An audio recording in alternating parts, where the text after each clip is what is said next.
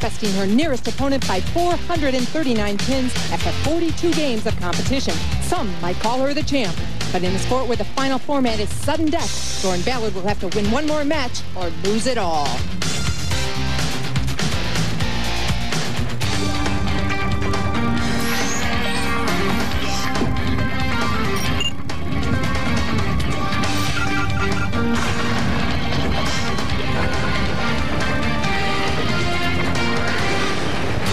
Welcome inside Country Club Lanes in Danville, Virginia for the finals of the Southern Virginia Open presented by Ebonite. Here's a look at the 5 finalists for today's show, and each one has a special story. Hi everyone, I'm Jan Schmidt, and thanks for joining us to kick off our summer swing. Do you ever wonder, as I do, what draws us into sports? What endears you to one athlete over another? Is it just talent, or could it be stories? Well, we have an abundance of both here today. Our number 5 seed has an interesting training regimen, and it's paying big dividends. Kim Adler cross-trains in extreme sports, and today is making her 6th TV appearance in 11 events and going for her 3rd title of the year. Our number 4 qualifier is starting her career like a dream come true. Tennelle Grijalva is in her first full year on tour and won the coveted U.S. Open title just 2 weeks ago. She follows it up by making a show here. The 3rd seed is a remarkable comeback story. Linda Kelly's last show and title was 1992. She quit bowling for 5 years after that to raise a daughter and teach. She came back to bowling full-time this year at age 51, and against all this young talent, she makes a show. And number 2, it's about being the best. Wendy Macpherson, Bowler of the Year 3 of the last 4 years, Bowler of the Decade in the 90s. She's making her 7th telecast out of 11 this year, and 12th place is her lowest finish this year. No doubt about it, at this time, she is the best. 3 years ago, history was made here in Danville, Virginia, when Michelle Feldman became the first woman to roll a nationally televised 300 game. And coincidentally, it was against today's top seed, Carolyn Dorin-Ballard. Carolyn's trying to carve a notch of her own in history here in Danville, and she's standing by with my broadcast partner, Lisa Wagner. Well, thanks, Jan. You know, so far, Carolyn Dorin-Ballard this year has equaled or surpassed many of her own personal bests, including those accomplishments earlier this year with back-to-back victories in our first swing. You know, but I just have a feeling for Carolyn, it's just not enough, and she's not through yet. Carolyn, would you say that's a pretty fair assessment? I think that's a real good assessment. I have a lot of things on my hit list, as I call it, and definitely one of them was winning back-to-back titles. I mean, it's an amazing thing. You think about doing it, but until you really do, it does not become a reality. So that's probably one checked off, but there are quite a few still there. Well, would you like to expound on them? I know one of them is going to have to start with a victory tonight. You led by more than 400 pins. What are your plans for your opponents? Well, I think it would be a great thing. If I do win here tonight, it does accomplish a few things. One being I'd be the first one to win 3 titles this year. The second thing, it would probably give me a little lead on the Bowler of the Year race, which everyone, including you, keep reminding me of. And it would be nice to at least be in the front for once instead of always trying to come up from behind. So that would be something that would definitely change my view going into the fall. I still want to just keep bowling well, and hopefully at the end of the year you'll be talking to me again. Well, Carolyn, good luck. You're going to have to sit and wait in the wings just a little bit longer. We're ready for our first match. Kim Adler, Tennelle Grijalva, and Linda Kelly. They are standing by for the opening handshake at the Southern Virginia Open. And Tennelle Grijalva, fresh off her U.S. Open victory, will be the first to throw a shot. What a victory for a lady in her first year as a professional. And only 23 years old. Already has a major title. Wow. Did you have one at 23? Oh, no way. Got a title, but not even a major. Not close. What a great game Tennelle has. Watch closely to the game of this that Tennelle has. You'll love it. And how about Linda Kelly? 51 years old, coming back. She was a great bowler when she was out here, but she, had a teenage daughter, took some time off, and wow. She said she heard you talk about her on the air one day and decided to try and make you proud and come back and bowl. Well, that was a nice compliment that I got last night from Linda. I'm really glad to see her back. She's such a nice lady, and it's good to see her back in top form. First look at Kim Adler.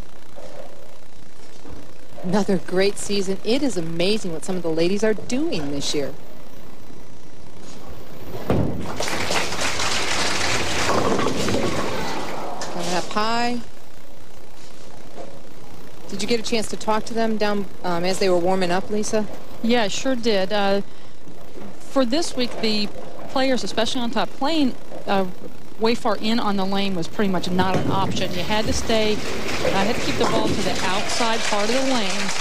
They said that out today is playing just a little bit tighter. You know, I did see a few channel balls in warm-ups. Well, I guess there were a few throughout the week also. Yeah. A few channel balls throughout the week. Had a few. Covered up the spare, so we're all even through one frame. Tennelle Grijalva now stepping up in the second frame. This lady was 199 pins out going into the last round last night and shot 300 over to make this shot. Just about a 240 average to catapult her into the 4th position.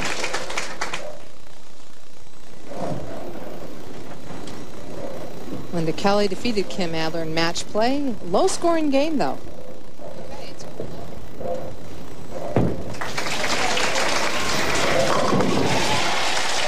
Strike for Linda Kelly.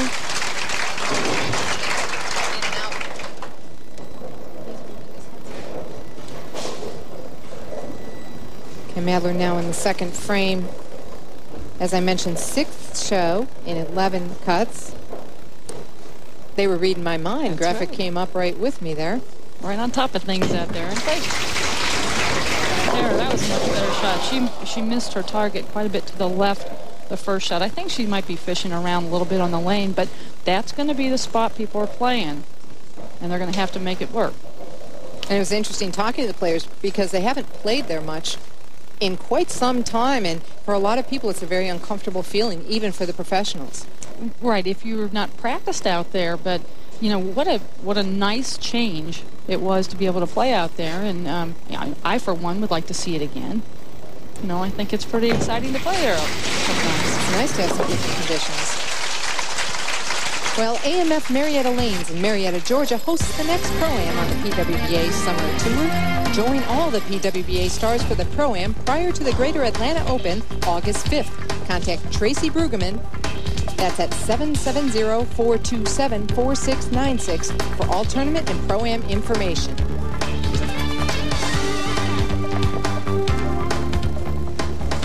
Tennelle Grijalva in the lead by 10 pins.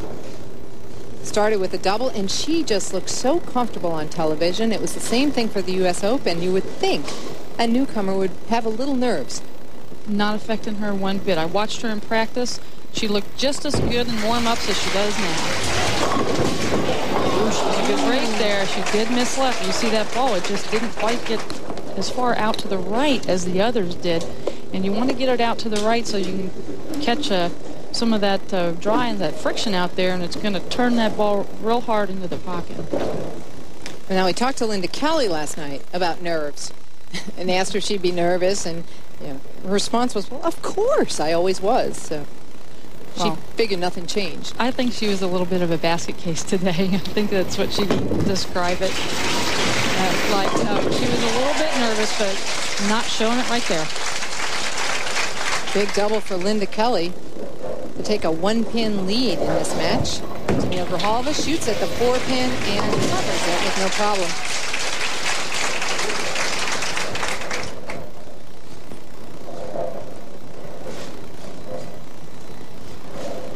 .204 average on the TV pair for Kim Adler, one of the lower averages on the pair. But today's a different day. Television lights change the lane conditions a bit. Different amount of play, so you never know. That's right, as well as some adrenaline flowing through everybody's bodies there. It's going to make you do things that you might not have seen during the week. And we didn't see that too much from Kim during the week. She left a 1, 2, 4, 6, 10. Watch the ball just not quite strong enough on the back. Goes right through the 1-6. She's taking her time on this shot. Now, There's two ways to make it. right, that's what I was just going to say. She could go at this two ways. You can stand pretty far left on the approach, throw very hard and straight, hit to the right of the head pin. That's going to knock the ball over into the 610. Or you can go left of the head pin and kick them over to the right. And she was choosing the second one, while the comeback player, Linda Kelly, jumps out into an early lead at the Southern Virginia Open. We'll be right back with the rest of this match. Of the Southern Virginia Open are being brought to you by the Women's International Bowling Congress, striving for 85 years to identify and fulfill the needs of women bowlers. By Ebonite, bowl to win. And by PWBA.com, the official site for news and information about the Professional Women's Bowling Association.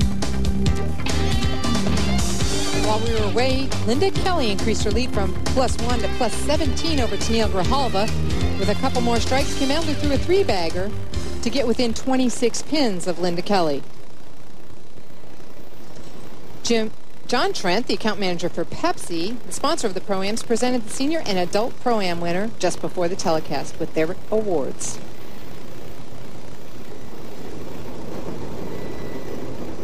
Tennelle Grijalva now up in the 8th frame. She's working on a spare, trails by 17 pins behind Linda Kelly.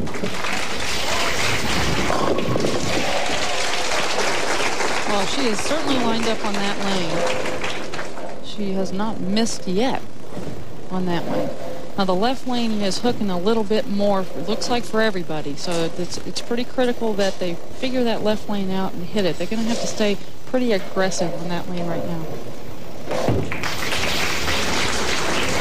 She looks like she might have moved left a little bit on that shot. I think everybody has. I noticed that Kim did too. She did move left, and she's gonna get a little bit more angle to the right, and she's gonna use more of the lane.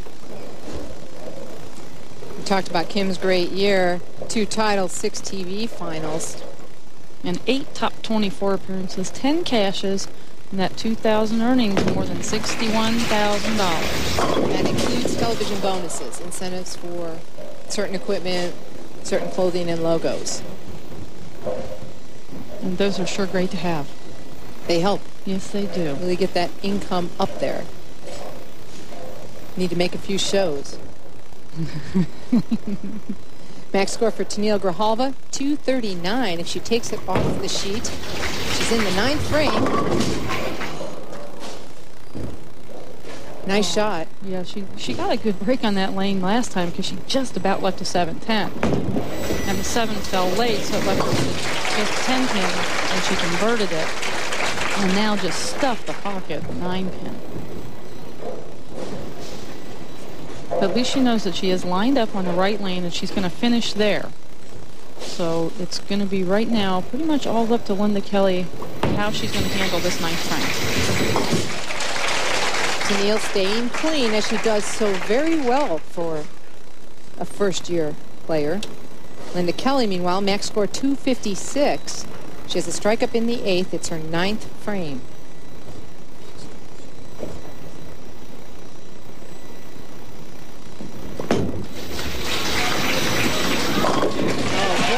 Nice shot for Linda Kelly. Stayed down at the foul line. She trusted that shot, got through it great. She's setting the ball a little short on that lane. It could be, because it's a little bit tighter, and she wants to get it rolling up a little bit.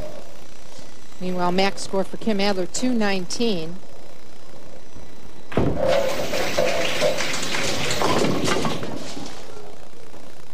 Well, just can't quite find it today. Well, she's done a lot of work. She didn't feel comfortable this week. She said she felt about 60%. She did some work with Randy Stoughton of Ebonite, and she felt a little better, but she said it would be tough for her to perform on television. And that's right. She said that she felt that she was getting too far forward. Her shoulders were going forward, and it was causing her feet to rush to the foul line and getting her out of time and losing her leverage point. Well, welcome back to television, Linda Kelly, because everything is going her way.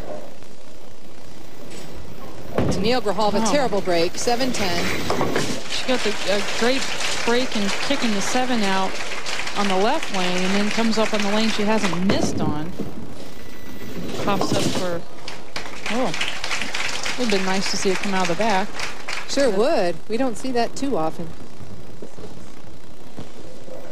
Well, Linda Kelly survives the opener to advance, but first when we come back, we'll list the winners of the WIBC National Championships.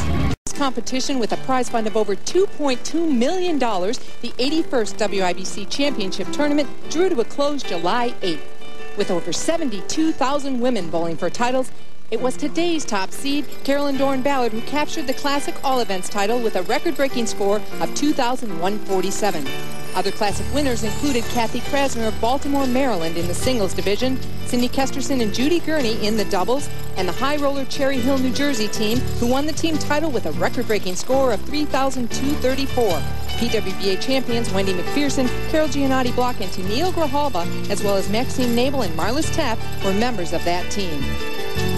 Here's the Division I winners, with all events going to Karen Lowe of Fort Knox, Kentucky.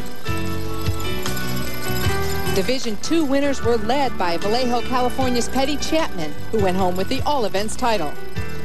And here's a look at Division III winners, with All Events title going to Yvonne Hanneman of Rifle, Colorado. With the 81st annual WIBC Convention Tournament concluded, it's time to look toward next year when the WIBC visits the Sunshine State. The tournament runs from April 17th through June 15th, and the team event at Don Carter Tamarack, and the doubles and singles events at Sawgrass Lanes.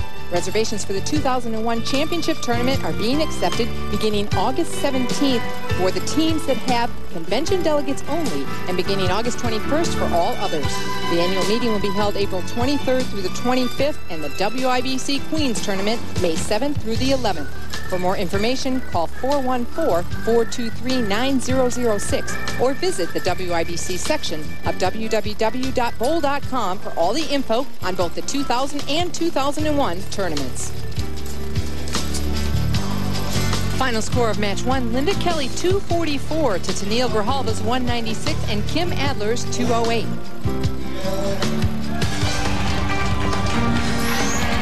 Linda Kelly's next challenge will come from Wendy Macpherson. Stay with us. Presented by Ebonite. It'll be Linda Kelly and Wendy Macpherson. And Linda Kelly will start again.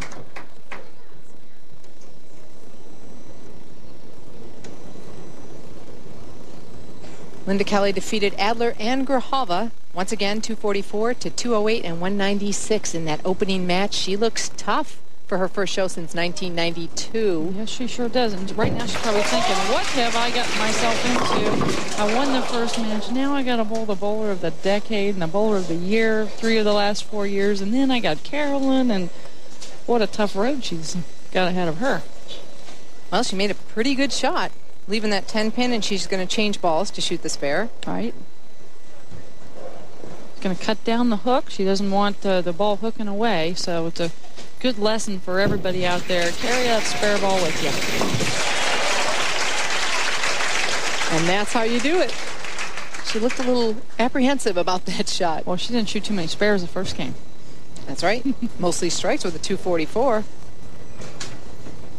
Wendy Macpherson, 32 years old, 14 years on tour, and 17 titles. It's always a good sign when you have more titles than you have years on tour. That's right. And you have about double or so, don't you, Lisa? 32, that would be. 32 titles, for those of you who don't know. Lisa Wagner, my partner.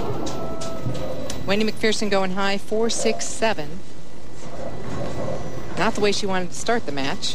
Definitely not. Look at Wendy. Oh, she has such a great game. She gets that ball from the top of her backswing. She tucks it in and just comes through so nice. Takes the wood, and Wendy talked to us about playing farther out on the lane. Well, here's some other finishers. And 6, Tammy Turner, her high finish of the year. She just missed by 32 pins. Laura Lee Daniel in 8th. First top 24, and she was up there most of the week. Shanna Ray, you saw her in the doubles telecast.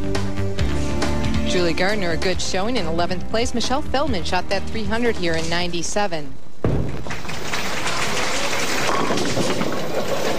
Whoa, just avoided some more disaster there. Kicked the 7 out. Going to go for the spare ball once again. Going to shoot just like Linda Kelly did. Go right straight at it.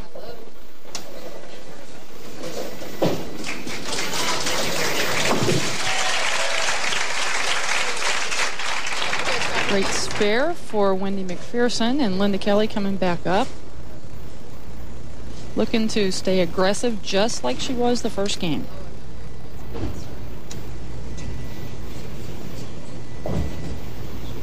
Two TV stats. 9 appearances.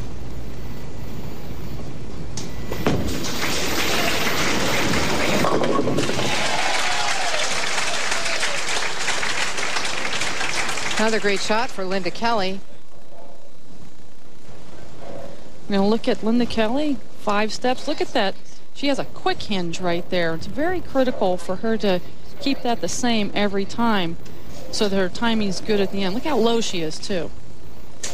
So nice and low, and especially right now, that's very important because you got to project the ball down the lane here, and the lower you stay, the better it is.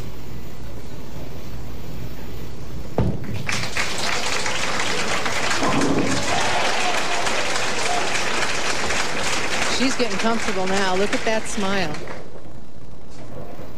Well, she has bowled most of the year, and she's cashed in all but 1 tournament. She's only missed 2 tournaments this year. So she has bowled well. She's performing here when she needs to.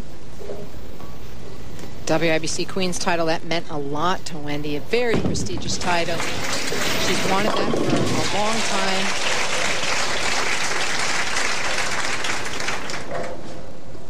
Take a look at Wendy Macpherson. She has as we've said before, we've seen her so many times this year, great 5 steps. We're going to look at her position at the foul line. That's what I want to talk about. Look at this position. Look at the shoulders right over the knees. And that is the position you want to be in. That ball comes through. Her balance is good that way. Direction is perfect. That's why she is the player of the 90s. And going into 2000 also. Big sigh of relief there from Wendy. She's going, hey, I finally hit the pocket where I wanted to. Coming up with a double. Yep, big double. And she trails by 21 pins. Linda Kelly up in the 4th frame working on a double.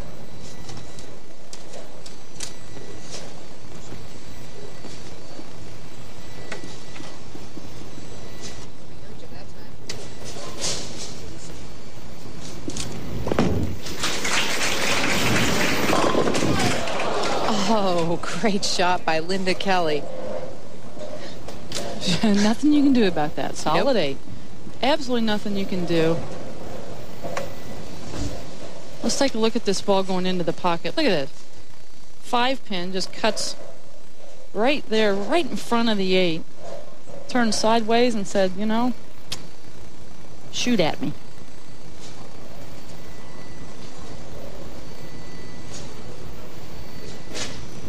Going to convert the spare, and things seem to be going well for Linda Kelly, but it wasn't always that way. She told us about her trials and tribulations this week. Right. It was a very stressful week coming into this. All kinds of problems, motorhome problems, insect in the ear problems, mild bronchitis problems, but I bowled great this weekend, so it's a happy ending. Definitely a happy ending, and she's hoping it continues happy as she leads by 10 pins, stepping up in the 5th frame, working on a spare. And that insect in the ear, Lisa, you had a little detail about that. Yeah, she was bowling a regional right before this tournament, and woke her roommate up. She was staying in the motorhome with Tish Johnson for that tournament, and woke Tish up and said, I got to go to the emergency room. I have something in my ear. And Tish said, Linda, go back to sleep. You're dreaming. And then she said about a half hour later, she woke her up again and said, no, really, I need to go. They pulled an insect out of her ear. It was scratching at her eardrum. Kind of gave me the creeps. Really, and she kept it. She saved it. She covers up that spare, and Linda Kelly has a slight lead. Find out if she can hold on to that lead when we return. Don't go away. While we were away, the lead changed, and Wendy Macpherson now in the lead by 12 pins, stepping up in the 7th frame. She threw 2 strikes, and Linda Kelly, spared and struck, didn't carry out the 10 pin. No, it was a good shot, though. Took her time, made the spare, and made a great shot on the left lane. Wendy now working on 4 in a row. 5 in a row. Wow, light mixer there. That came back from nowhere, huh? And that's Wendy playing also an area of the lane she is not most comfortable playing. So, well, that's right. And she said it was kind of real important for her this week to not be stubborn. She likes to play in, and she's most comfortable playing pretty far left in the middle of the lane. And she said, I'm not going to be stubborn. I'm going to play out there where I should be. And I made it to second.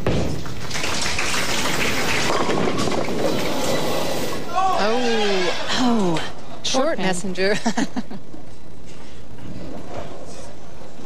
I think she got that hung up on her hand a little bit. Might have got a little quick. Ball doesn't quite get there at with your feet.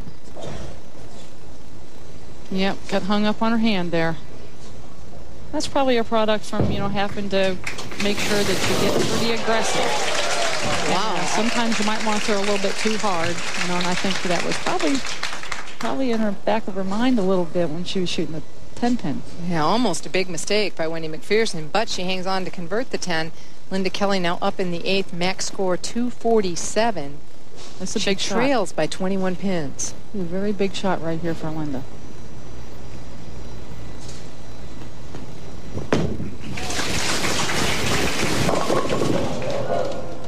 Coming up high.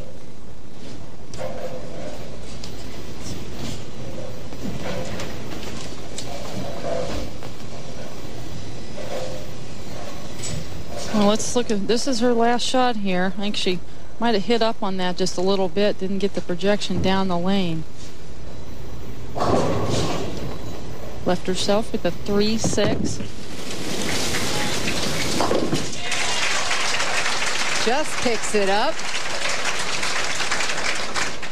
And some more finishers. 16th, Jody Ellis. She has 9 cash-ins in 11 tournaments. Rachel Perez, she's back from teaching in Reno during the WIBC Nationals. And Michelle Frank had a 299 this game. That was a high game in the tournament. Well, Lisa Wagner, there you are in 21st. 23rd, Andrea Marshall of Frankfurt, Germany. It's her second cut in 7 events. She's talented. She'll do well out here. Michelle Arrington from Philadelphia, way to start a swing out, making a finals. Linda Barnes was our alternate this week. Great break right there in the 9th frame to set up her 10th. Tripped the 4-pin. This ball is going to get down the lane good, though. Look at this. She projected that down the lane nice. Well, you wouldn't know that she struck. No, she didn't look. I guess she was maybe just relieved. Okay, 9th frame's over. That's right. That was a big one. Max score for Wendy Macpherson, 248. Meanwhile, Linda Kelly now down to a max score of 227. Big setup shot for Wendy. She had some heat behind that one.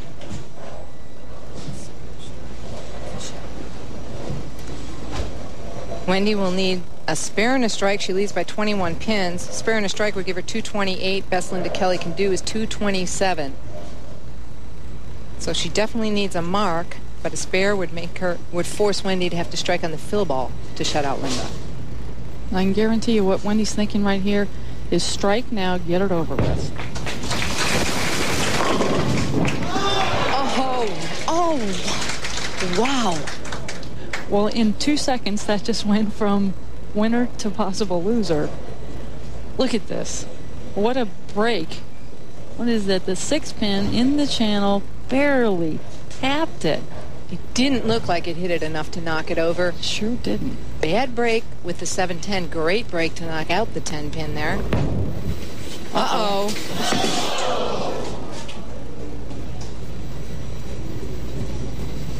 Wow. Well, this is just left off her hand. Now, she is using her spare ball, and she knows that a spare ball is going to go straight. But when you get to that fresh part of the lane, they're not using the left part of the lane. So there's a fair amount of dry over there and nothing to hold that ball back from hooking. Well, Linda Kelly has to strike here.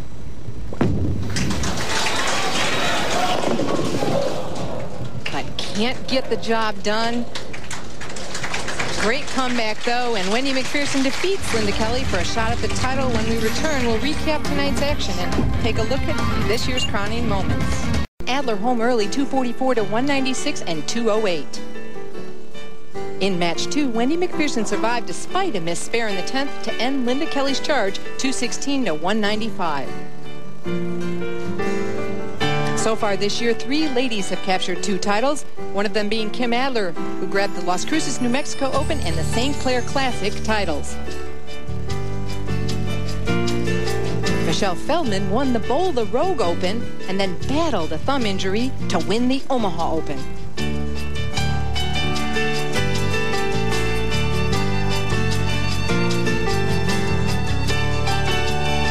And tonight's top seed, Carolyn Dorin-Ballard, won back-to-back in the Bowl for Blindness Classic and the Greater San Diego Open.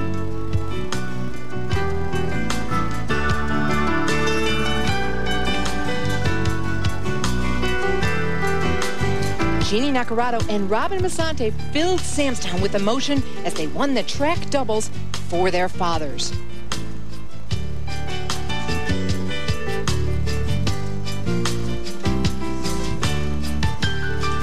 A pair of roommates each took home a victory this year. In 2000 to date, Wendy Macpherson with the prestigious Queen's Crown and Carol Giannotti Block won the Clabber Girl Greater Terre Haute Open.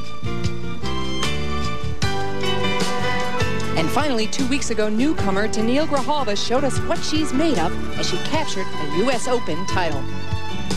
Coming up next, Wendy Macpherson faces top seed Carolyn Dorin-Ballard to see who captures that number by Ebonite. And Wendy Macpherson will start this match. Of course, she got away with one in that last match, missing that 10 pin in the 10th. She needs to regroup and start over because she's facing a tough opponent. Definitely one that's not going to, she's not going to open much.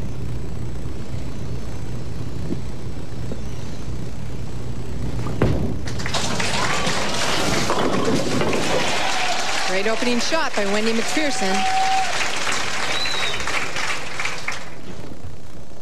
First look at Carolyn Dorin-Ballard. North Richland Hills, Texas, 35 years old. 11 years a pro and 9 titles. So she's trying to get closer to that mark of how many years and how many titles.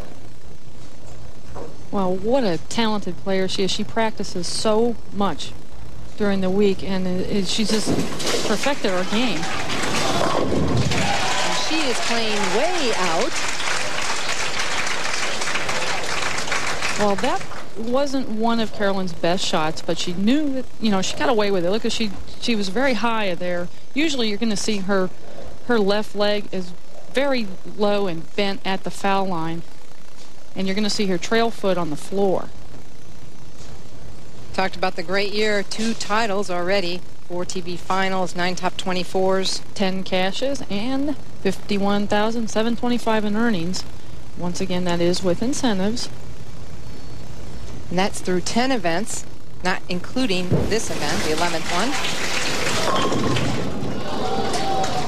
And she'll take that. Kick the 4-pin out of there. Fortunate. Well, you betcha. She always is a little bit of a slow starter on television. Ball coming up pretty high here. Got a real good break that she tripped the 4-pin out. Left herself with a 6-10, and I'm hoping that I'm not going to, put the kiss of death on her and say that she is the, if not the best, one of the best spare shooters out here. Okay, you're safe. She covers it up. Saw that average for Carolyn, 224.64 this week. Wendy Macpherson averaging 214.55 to qualify second. 10 pins per game different. Wendy's year, 1 title only, but 7 TV finals. 10 top 24. Also 10 cashes and $66,000 in earnings. Yeah, sneaking up on the $1 million mark. She's only $58,205 short, I believe. That's a goal of hers, too. Yes, she said that at the beginning of the year she made that a goal. This ball checked up pretty early. Lanes might be starting to hook a little bit more out there. They're getting a lot of play. Left herself with a pretty big split, and that's one that if you can't just, heave it down the lane pretty hard, you're not going to make it. So take your count and make a better shot on the next lane. Carolyn's looking down, not paying attention. She defeated Carolyn Dorin-Ballard 5 out of 6 times in championship matches. That's a huge record. Wow, look at the pin action on that ball. That came roaring back from the gutter.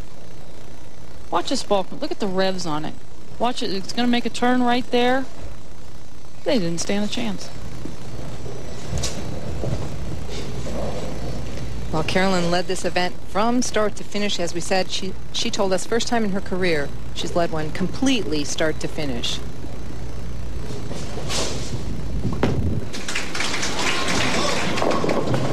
Ooh, and a break there. Now, it's tough to lead like that, as you talked about, and then it could be all over today. That's right. Come out, you only got one game, and it's win or lose.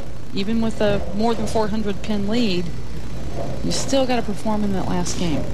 But it's early yet, and the important thing right here is Carolyn staying clean. She's not making the best shots that she knows how to make just yet. But, I'm going to say right now, watch the difference in those first 3 versus her last 3 frames. Well, even though she's not making her best shots, as you mentioned, she leads by 11 pins because of that split Wendy Macpherson had. Carolyn Dorin-Ballard stepping up in the 4th frame, and Carolyn told us that she's not usually a striker. She wouldn't think she'd lead a tournament by this much because she's more of a grind-out player. Well, that's what she says. That's what she says. She can strike with the best of them. Don't let her fool you. She's a planet cool. And there's one of those strikes we were just talking about.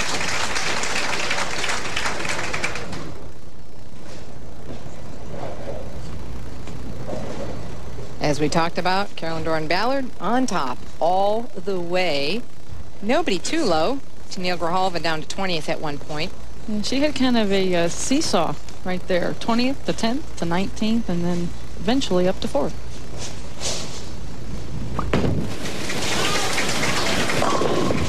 Big strike for Wendy, and Lisa talked to Wendy earlier about her. Oh, we're going to look at their replay first here. She was nice and aggressive, just about left an 8-pin there.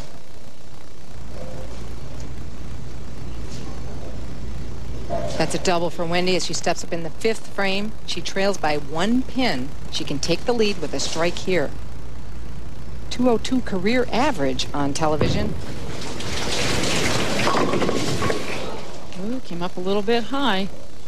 Like I said, that lane is hooking a little bit more.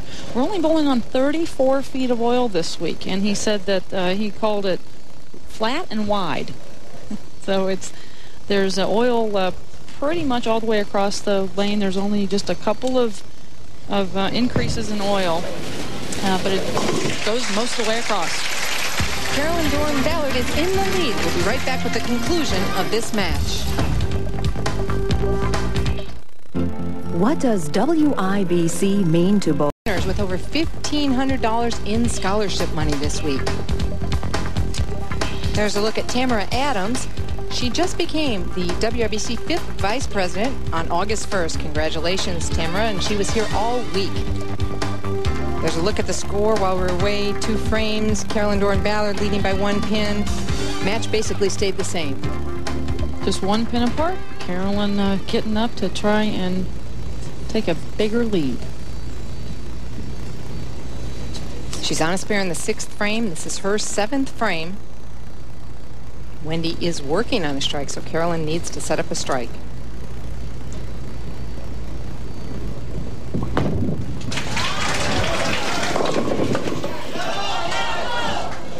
Wow, good break. Almost a great break. That's right. The last 2 frames, she left 2 5s. Ball came up light. She left a 2-5. Made them both. She looked over at Dell, and I think he told her to stay down a little bit. But I'll tell you, it looks pretty tricky out there because it looks like there's a good bit of dry down the lane there, so they've got to hit it just at the right time.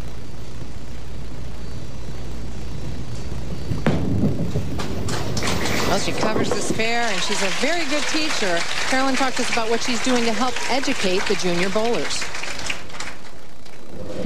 I'm getting very interested in trying to help out youth bowling and college bowling, actually. Working with Ebonite to try to get some clinics through the high school varsity level and try to make high school bowling a stepping stone to college. And there are a lot more high schools now that offer very good programs for bowling that lead you onto the college level. Also in the college area, we'd like to maybe try to get some of those college bowlers, both men and women, out on the tour for a tournament or two to see what it's like to be a pro bowler and maybe instill in them the desire to become a professional afterwards. Very good cause for Carolyn. She strikes in the 8th frame. She trails by 1 pin because of the 8 count in the 7th frame. This was a much better shot. Remember I said about you're going to see a big difference in her last 3 frames from her first 3? Well, there's the 8th frame. She stayed down with that. The ball went the direction it's supposed to go, which she likes it to go down the lane a little bit and roll up into the pocket. Wendy Macpherson up by 1, can go to 11 with a strike. Oh, we saw that earlier. Linda Kelly left a solid 8. Well, this is just about the worst time for a solid 8 to pop up. Look at this. Same thing as before. 5 pin just kind of lays down flat. Goes right behind it. That was a great shot. It sure was. Couldn't have made a better shot in the position she was in. With a spare, she's going to lead by just 1. Big frame here, 9th frame. She's got to set up a strike because Carolyn's on a strike in the 8th with her 9th and 10th to go. She leads by 1, and if you'd like more information on Wendy, a lot of the players setting up their own websites, and Wendy has one at wendymacphersonbowling.com. Carolyn's going, come on. She's talking to herself.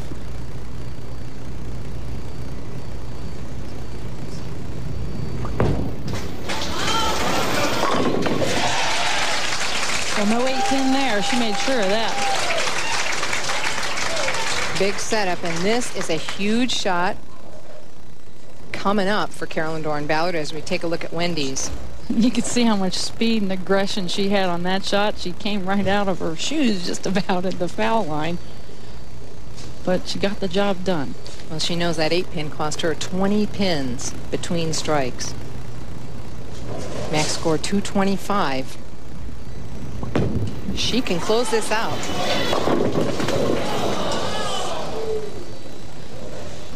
Well, you know, I think maybe what's happening is a little bit of the timing problem. See her shoulders a little bit too far forward there, and she's missing her leverage point. But I think, you know, she feels like she's got to throw it pretty hard out there. You know, when you don't feel so comfortable, things happen in your game. But she said that she has been having that problem, and her feet get quick, her shoulders get forward, and is causing her to have to pull through the ball, and you just don't have the consistency that you need to have. Wow, that definitely changed the game. The best Carolyn Dorin-Ballard can shoot is 193. But she knows that, like we saw in the last match, anything can happen. That's right. She needs to strike out to force Wendy to mark.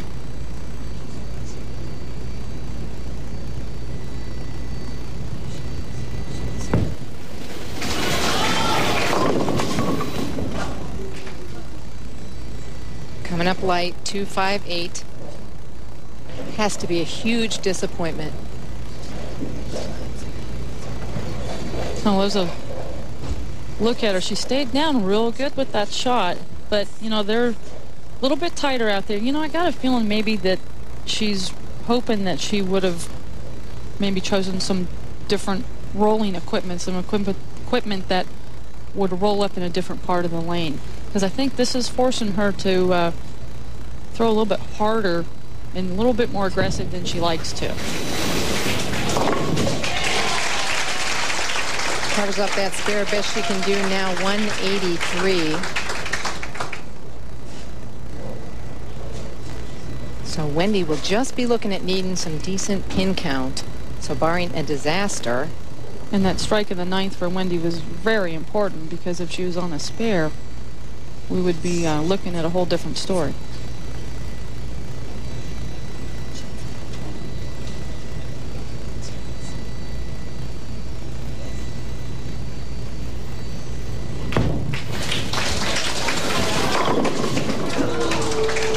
9 count, so a score of 182 for Carolyn Dorin-Ballard.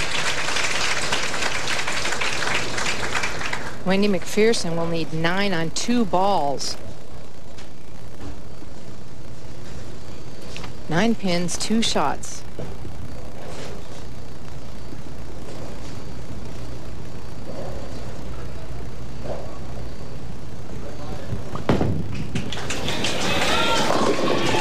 And the title belongs to Wendy Macpherson. There's more to come of the Southern Virginia Open presented by Ebonite. Don't go away. From pin boys to the automatics. 5